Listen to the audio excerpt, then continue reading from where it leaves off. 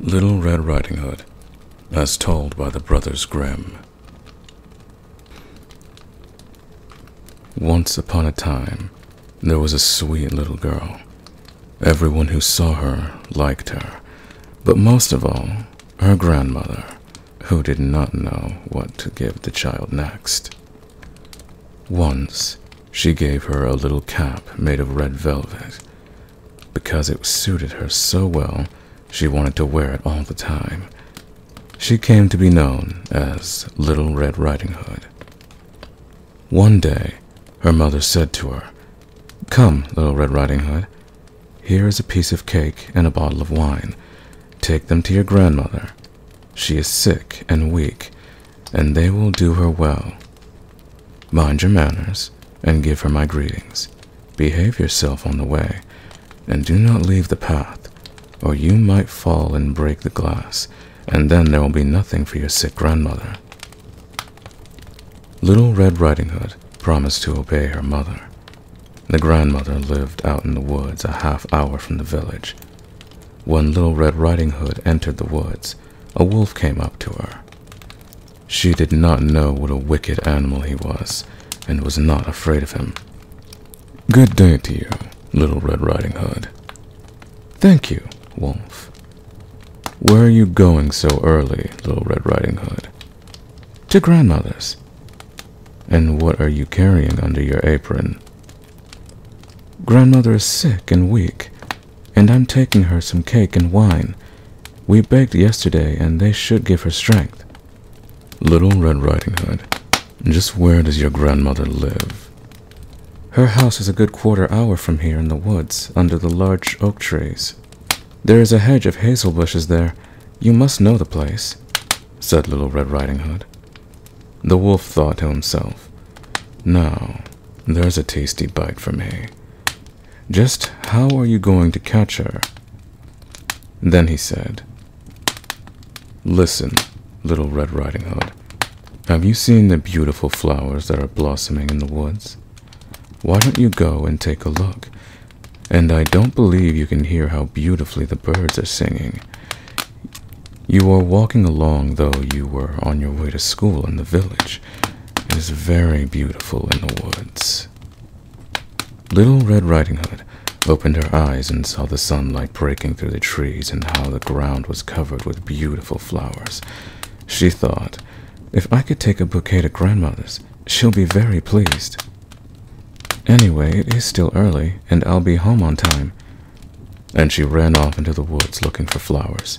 Each time she picked one, she thought she could see even more beautiful ones a little way off, and she ran after it, going further and further into the woods.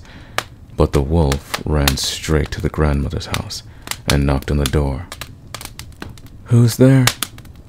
"Little Red Riding Hood, I'm bringing you some cake and wine. Open the door for me." "Just press the latch," called out the grandmother. "I'm too weak to get up." The wolf pressed the latch, and the door opened. He stepped inside, went straight to the grandmother's bed, and ate her up.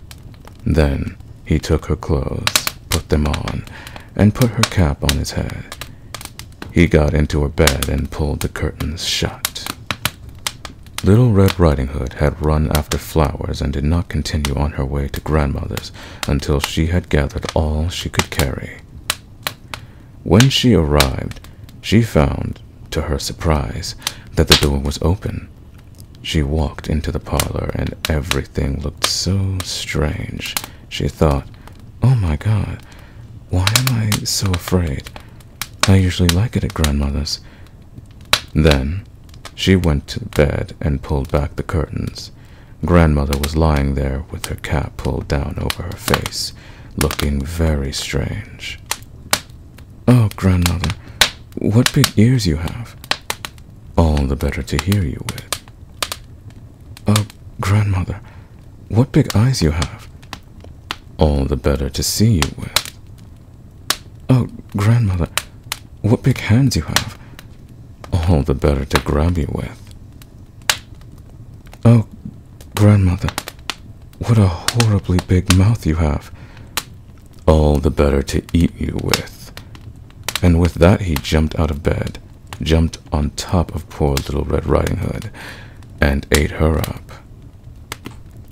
As soon as the wolf had finished this tasty bite, he climbed back into bed, fell asleep, and began to snore very loudly. A huntsman was just passing by. He thought it strange that the old woman was snoring so loudly, so he decided to take a look. He stepped inside, and in the bed there lay a wolf that he had been hunting for such a long time. He has eaten the grandmother, but perhaps she could still be saved. I won't shoot him, though, thought the huntsman.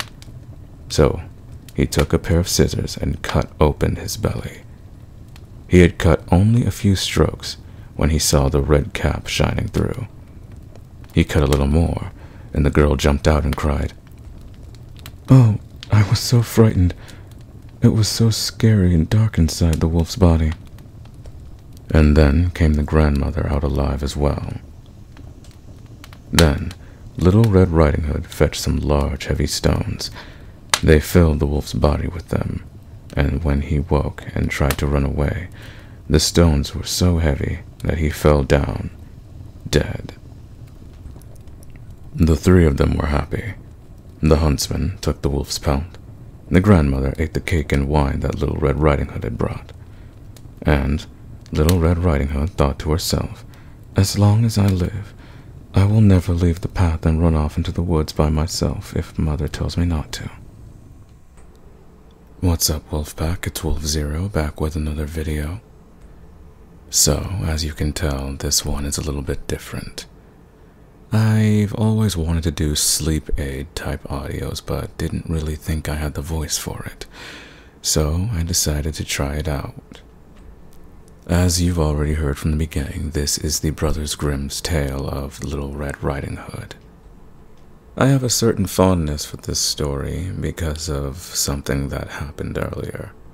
Well, I say earlier, I mean about a couple months ago, really. Basically, I was in another server. It was late, and I was with two other people in the voice chat. They were both tired, and I encouraged them to go to sleep, and they refused. So I said, "Would you go to sleep if I read you a bedtime story?"